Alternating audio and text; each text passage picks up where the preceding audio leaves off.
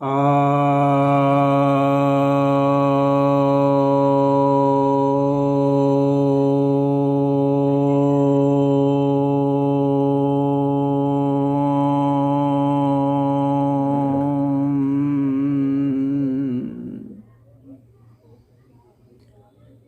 भक्तजनों को सप्रेम नमन। भक्तों, बहुत समय बाद पुनः मैं उस विषय को ले रहा हूँ जो शुरू किया गया था। सिर्फ 2 वीडियो बने थे, मार्क्सवाद के ऊपर था। तो अब अगला स्टेटमेंट पढ़ रहा हूँ। यह मैं कार्ल मार्क्स के दास कैपिटल से उन्हीं का वक्तव्य पढ़ रहा हूँ, और उसके ऊपर जो है मैंने एक कमेंट्री भी लिखी है। तो उसका नाम है the light of the world. ये बुक मैंने लिखा है इसी बुक से। ये बुक है हमारी, इसका ऑथर मैं हूँ।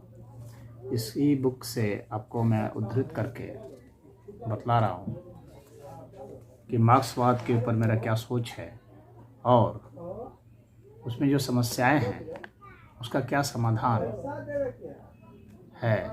वह तो काफ़ी बात की बात है। तो पहले देखते हैं मार्क्सवाद में मार्क्स के स्टेटमेंट क्या है। You are horrified at our intending to do away with the private property, but in your existing society private property is already done away with for 9/10 of the population. Its existence for the few is solely due to its non-existence in the hands of those 9/10. अर्थात आपको जान करके यह बहुत भय लगेगा कि जो हमारा इरादा है प्राइवेट प्रॉपर्टी को समाप्त करने का, निजी संपत्ति को समाप्त करने का, यह जानकर आपको बहुत भय लगेगा। लेकिन आपके वर्तमान समाज में यह ऑलरेडी हो चुका है। 9/10 आबादी यानी 10 में से 9 आदमी में यह हो चुका है अभी वर्तमान समाज में। यानी सिर्फ 10 में से सिर्फ 1 आदमी के पास संपत्ति है इनके अनुसार, और वह एक इसलिए है क्योंकि बाकियों के पास नहीं है।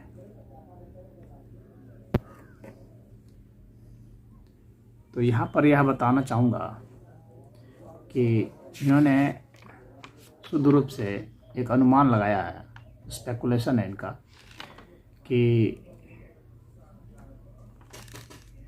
10 में से 9 के पास कोई प्रॉपर्टी नहीं या ऑलमोस्ट कोई प्रॉपर्टी नहीं। यह ठीक है कि गरीबी बढ़ी है, गरीबी है, परंतु यह सत्य नहीं है क्योंकि इसके पीछे कोई इनके पास डेटा नहीं है बतलाने के लिए। इन्होंने मध्यम वर्ग की संपत्ति को बिल्कुल ही ख़त्म कर दिया है अपनी तरफ से, क्योंकि मध्यम वर्ग की संख्या भी सबसे ज़्यादा है और उनके पास कुल संपत्ति भी ठीक ठाक है। हाँ, यह बात सच है। इनका एक हिस्सा जो है, जो मार्क्सकार हैं, उस हिस्से में कुछ सच्चाई तो अवश्य है कि उद्योगपतियों के पास बहुत पैसे हैं, लेकिन ये कह रहे हैं कि सारा पैसा ले लिया है, बाकी के पास जीरो है, नॉन एग्जिस्टेंट है। तो ये अभी सच नहीं है भाई। नॉन एग्जिस्टेंट होगा तो वे सर्वाइव कैसे करेंगे, जिएंगे कैसे?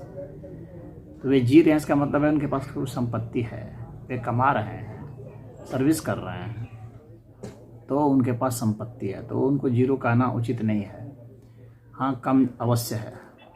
तो वर्ल्ड बैंक की रिपोर्ट आते हैं जिसमें बताया गया है कि 10% जो अमीर हैं उनके पास उतनी संपत्ति है जितनी 90% जो लोग हैं उनकी संपत्ति के बराबर है। तो मार्क्स कुछ कुछ करीब पहुंच रहे हैं जो डेटा आ रहा है उसके, लेकिन फिर भी बहुत दूर है। तो ये कह रहे हैं बाकी के पास कुछ नहीं है, लेकिन यहाँ वर्ल्ड बैंक का रिपोर्ट है, कह रहा है कि नहीं, जितना 10% के पास उद्योगपतियों के पास है उतना ही बाकी 90% के पास है, यानी बराबर बराबर अभी मामला है अगर प्रतिशत की बात की जाए तो अब एक चीज़ और है जो ये कहना चाह रहे हैं, वो ये कह रहे हैं कि जो बाकी 9-10 हैं उनके पास नहीं होने के कारण ही उनके पास है। तो यह उचित नहीं है, यह तो एक कैटेगरी जबरदस्ती बनाने के कारण है। उनके पास नहीं है तो इसका यह बात तो सच है उनका कि वितरण जो है उतना सही नहीं हुआ है, जिसके कारण है। परंतु उसी के कारण सिर्फ नहीं है, और ऐसा है भी नहीं। हम जब संपत्ति को लिमिटेड मानते तो इनकी बात बिल्कुल सही हो सकती थी, परंतु संपत्ति लिमिटेड नहीं है, अनलिमिटेड है। आप ये सीमित नहीं है, संसाधन असीमित है। आप अपनी तकनीक बढ़ाते जाएंगे तो आप संसाधन कितना भी पैदा कर सकते हैं। आपकी साइंस टेक्नोलॉजी जितनी बढ़ती जाएगी आप नए नए संसाधन पैदा करेंगे, और यहीं नहीं पूरे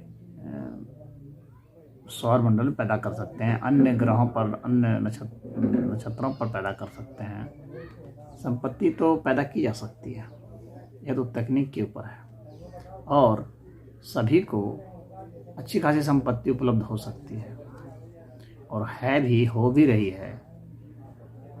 यह सत्य है कि असमान वितरण है, यह सत्य है कि नीचे के लोगों को बहुत कम हिस्सा मिला है, परंतु उसका अर्थ यह नहीं है कि आप संपत्ति को, प्राइवेट प्रॉपर्टी को ही समाप्त कर दें, जो समाधान के रूप में यह कह रहे हैं। उसका वितरण होना चाहिए सही, यह सही रास्ता होता कि वितरण होना चाहिए। काम करने का सबको अधिकार मिलना चाहिए, मजदूरी नीचे वालों की बढ़नी चाहिए, और जो लाभांश है अमीरों का, उसका अंश उसको मिलना चाहिए। नीचे के जो लोग हैं, मध्यम वर्गीय या निम्न वर्गीय या अति निम्न वर्गीय जो ग्रुप है, उसको उसका लाभांश मिलना चाहिए, अच्छा लाभांश मिलना चाहिए। तो जो हमने अनुपातिक समाजवाद का जो सिद्धांत दिया है, जिसमें मैंने बताया कि किस तरह से सबके साथ न्याय होगा, अपनी योग्यता के हिसाब से काम करेंगे और उसी प्रतिभा योग्यता के अनुसार उसका प्रतिशत बनेगा। इस तरह से हम 20 और 1 के अनुपात में समाज में धन का वितरण करते हैं, क्योंकि एक से दूसरे प्रतिभा के मध्य जो अंतर है वह 20 और 1 का है। विस्तार से जानने के लिए आप हमारे आनुपातिक समाजवाद सिद्धांत को, उसका जो वीडियो है उसको अवश्य सुनें। यहाँ पर मैं यही कहना चाहूँगा कि संपत्ति का वितरण 20 और 1 के अनुपात में हो, और संपत्ति को आप चल संपत्ति है, अचल संपत्ति है, इन सब को आपको डिजिटलाइज कर देना पड़ेगा। अचल संपत्ति का जो मालिकाना हक है और उसका वैल्यू है, उन सब को दर्ज करना पड़ेगा, और उसके बाद ट्रांसफ़र करना पड़ेगा मालिकाना हक, और वह डिजिटल ऑनरशिप, इन सब को नीचे वाले में हस्तांतरित करना पड़ेगा 20 और 1 के अनुपात में। तब जा कर के हम स्वस्थ समाज की स्थापना कर पाएंगे। अगर आप प्रतिभा का देखेंगे तो 20 और 1 का अनुपात जो मैंने बताया, वह इसलिए बताया कि यदि आप IQ टेबल देखते हैं जिसमें कि अधिकतम 210 है और न्यूनतम तो 0 से 210 है, परंतु जो पागल से पागल आदमी भी है तो उसका भी पाया गया है कि 26 के आसपास उसका रहता है। और ब्रिलियंट से ब्रिलियंट जो हैं, आइंस्टीन का भी 167 पाया गया है। तो 166 167 के आसपास जो सबसे उच्च हैं और 26 जो है सबसे निम्न है। तो अभी तक तो यही रेंज पाया गया है। और 210 इसलिए माना गया है कि भाई कोई सुपर ह्यूमन बन जाए जिसका इंटेलिजेंस बहुत हाई हो, तो उसके लिए भी रेंज रखा गया है। उसमें कहा गया है कि जब 210 के आसपास मनुष्य की बुद्धि पहुंचेगी तो मनुष्य भी नहीं रह जाएगा और बहुत उच्च स्तर की चेतना हो जाएगी जिसके दिमाग की माप नहीं की जा सकेगी। तो प्रतिभा का अंतर जो है मस्तिष्क का तो इतना ही आ रहा है।